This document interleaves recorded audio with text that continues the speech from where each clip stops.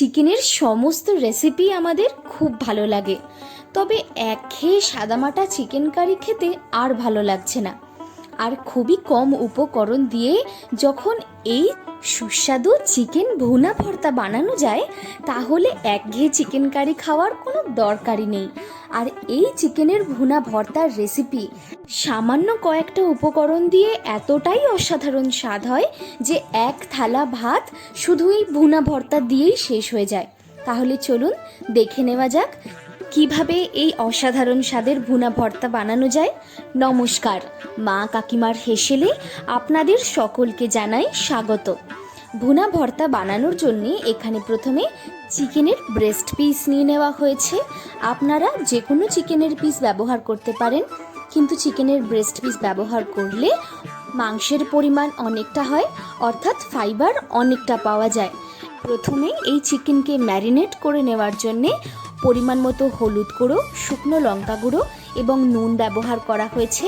কিছুটা সময় মাখিয়ে রেখে দিয়ে এই চিকেনগুলোকে ভেজে নেওয়া হচ্ছে সরষের তেলের মধ্যে।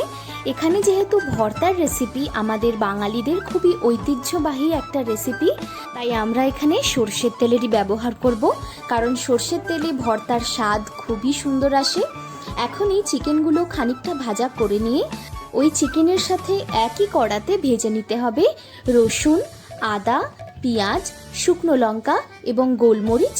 একে খানিকটা ভাজা করে নিয়ে তাতে দিয়ে দিতে হবে পরিমাণ মতো নুন এবং ভেজে নিতে হবে ততক্ষণ পর্যন্ত যতক্ষণ না পেঁয়াজ, আদা এবং রসুনের কাঁচা গন্ধটা চলে যায় এবং এই চিকেনের পিসগুলোর সমস্ত অংশ লাল লাল করে ভেজে নেওয়া হয়ে যায়। এবং সবশেষে দেখে নিতে হবে চিকেনের পিসগুলো কতটা কুক হয়েছে। আমাদের এখানে চিকেনের পিসগুলো কুক হয়ে গেছে এবং সমস্ত উপকরণও ভালোভাবে ভেজে নেওয়া হয়ে গেছে। আপনারা দেখতেই পারছেন, ঠিক এই রকমভাবেই ভেজে নিতে হবে।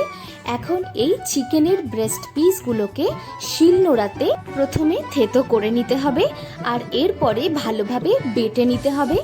দেখুন, চিকেনের পিসগুলো থেকে যে সমস্ত হাড় ছিল সেই হাড়গুলোকে একটা একটা করে বেছে বার করে রেখে দেওয়া হচ্ছে। এই হাড় কিন্তু মোটেই ফেলে দেওয়ার নয়। হাড়ের মজ্জায় যে স্বাদ থাকে সেই স্বাদ কিন্তু চিকেনের একটা আলাদা মাত্রা এনে দেয়।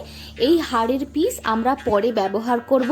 প্রথমে এই উপকরণগুলোকে বেটে নিতে হবে, ভালো করে বেটে নিতে হবে। পেঁয়াজ, লঙ্কা, আদা, রসুন আর সমস্ত মশলা বেটে নেওয়া হয়ে গেলে প্রায় অর্ধেক রেডি আমাদের এই রান্না। এখন এই সমস্ত উপকরণকে ভেজে নেওয়ার পালা। তার জন্য কড়াতে দিয়ে দেওয়া হয়েছে সরষের তেল আর তাতে দেওয়া হলো রসুন এবং শুকনো লঙ্কা ফোড়ন। একটুকুনি নাড়াচাড়া করে নিয়ে এতে দিয়ে দেওয়া হলো কেটে রাখা পেঁয়াজ। এই পেঁয়াজকেও অল্প একটু ভেজে নিয়ে এতে দিয়ে দিতে হবে আগের থেকে বেছে রাখা মাংসের হাড়গুলো এবং তাকে পেঁয়াজের সাথে ভালোভাবে ভেজে নিতে হবে। আর এরপর এতে দিয়ে দিতে হবে বেটে নেওয়া সমস্ত উপকরণ সমেত চিকেনকে। আর এইবারে সমস্ত উপকরণকে ভালো করে ভেজে নিতে হবে। এখন কড়ার মাঝখানে অল্প একটু তেল দিয়ে তাতে দিয়ে দেওয়া হলো কাঁচা লঙ্কা। এই কাঁচা লঙ্কা দেওয়ার স্টেপটা কিন্তু একেবারেই অপশনাল, তবে কাঁচা লঙ্কা দিলেই একটা দারুণ ফ্লেভার আসে, সেটা কিন্তু একেবারেই অস্বীকার করা যায় না। এখন সমস্ত মশলা দিয়ে দেওয়ার পালা। মশলাতে দেওয়া হয়েছে 1 চামচ লঙ্কা গুঁড়ো, 1 চামচ হলুদ গুঁড়ো এবং কিছুটা পরিমাণ কাশ্মীরি লঙ্কার গুঁড়ো ও পরিমাণ মতো নুন। এখন এই সমস্ত উপকরণগুলোকে ভালো করে ভেজে নিতে হবে। এই চিকেনকে ততক্ষণ ভেজে নিতে হবে যতক্ষণ না চিকেনের গায়ে সমস্ত জল শুকিয়ে যায় এবং চিকেনটা অনেকটা ঝুড়ো ঝুড়ো হয়ে আসে। আর সমস্ত চিকেন ভালো করে কষিয়ে নেওয়া হয়ে গেলে এতে দিয়ে দিতে হবে পরিমাণ মতো গরম মশলা এবং এই গরম মশলাকে চিকেনের সাথে ভালোভাবে মিশিয়ে নিতে হবে।